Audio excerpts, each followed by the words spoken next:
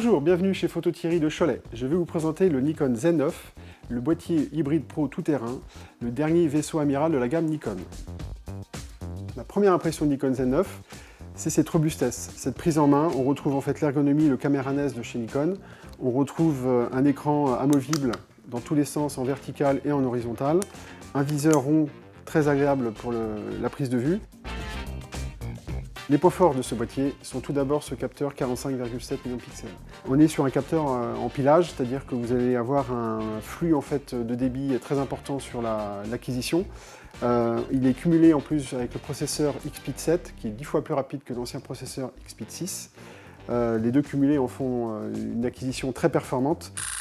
Pour la partie rafale, on est sur 20 images par seconde en mode RAW, plein format. On a un buffer qui a une capacité de 50 secondes de prise de vue en mode rafale, c'est-à-dire que vous pouvez aller jusqu'à 1000 images en mode continu.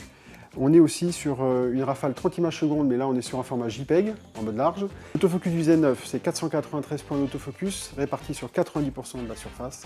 C'est 5 fois plus que le Z7 II. 10 modes d'autofocus sélectionnables dans le menu, dont certains ont la capacité à reconnaître les yeux d'animaux, les yeux humains et les véhicules, cumulé avec le 3D tracking du D6 qui en fait un boîtier ultra performant en autofocus. En vidéo, ce boîtier enregistre en 8K 30p, avec prochainement une mise à jour qui permettra d'enregistrer en 8K 60p.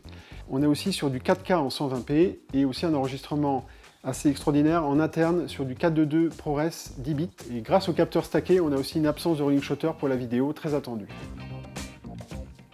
Ce boîtier Nikon Z9 est destiné aux photographes pros et amateurs avertis, et aussi aux vidéastes exigeants, ce qui leur permettra d'avoir un outil très performant.